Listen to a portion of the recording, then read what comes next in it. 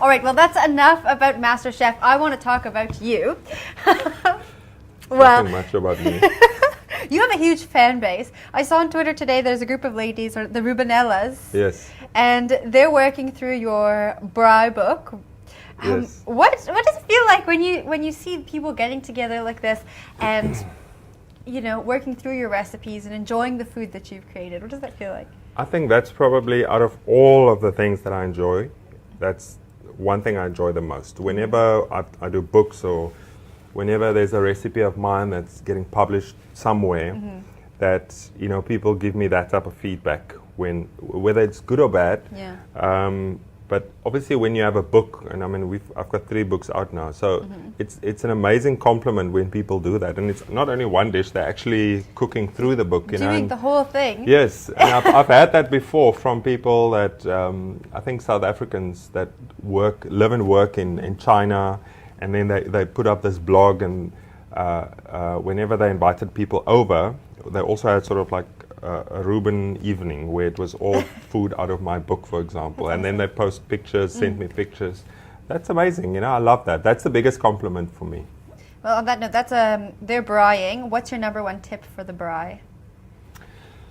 Well, for South Africans, I always say stay away from sweet marinades. Why?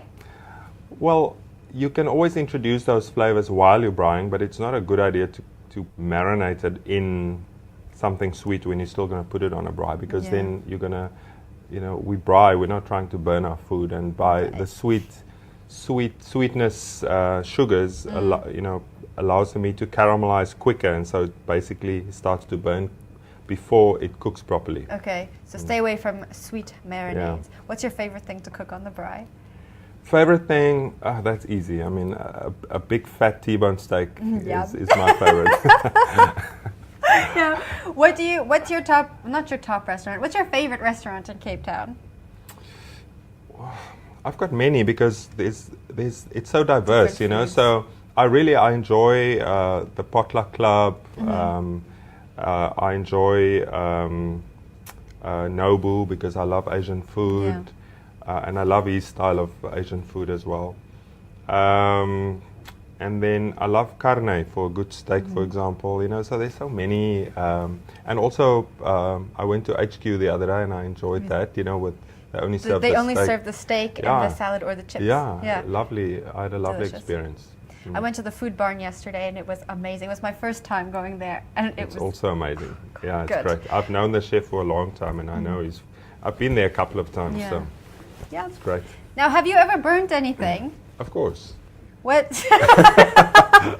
Do you get embarrassed when you burn things, or do you just? Well, at this stage you do, because people have put you up on this pedestal. So now you're not allowed to do things like that anymore. You have to be careful, But I do, And when's the last time you burnt something? Yesterday. Really?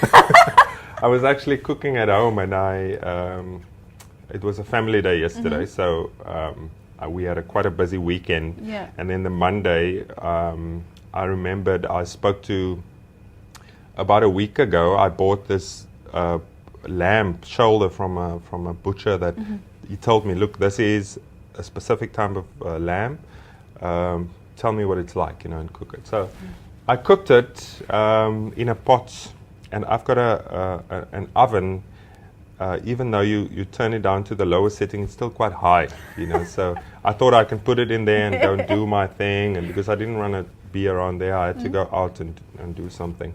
So when I came back, the bottom was sort of like slightly, but luckily it wasn't a complete disaster, but it did burn a little bit at the bottom. And the last question I have for you is, what is the number one thing you must have in the kitchen? What is your top ingredient? Wow. It's hard. It's quite hard, yeah. But now I've got to think of things that I always sort of like use, and it's quite I love using anchovies, so I would put it up there. That's interesting. Yeah. So a very good quality anchovies can be used in so many ways. Anchovies is actually when you don't want to do long cooking, but you need quite good base flavor in depth in terms of flavor. anchovies is a brilliant ingredient to have. Even if you're grilling a steak and you want to make sort of like a type of just a butter to go with it, and anchovies and herbs and lemon juice is perfect. It would go beautifully with it. I didn't know that. And it's an amazing. The Italians like using it with lamb, for example, also with fresh herbs. If you make a grilled lamb and you make a normal basil pesto with some anchovies in it, it's also amazing to go with lamb. Yum, I'm going to do that tonight. Thank you so much for sitting down with me. You gave me a lot of great cooking tips that I'm going to try at home. I've got lots more if you need some. Awesome. Thank you. Excellent. Thanks, Jennifer. It's been fun. Cool. Great. Thanks. Sorry.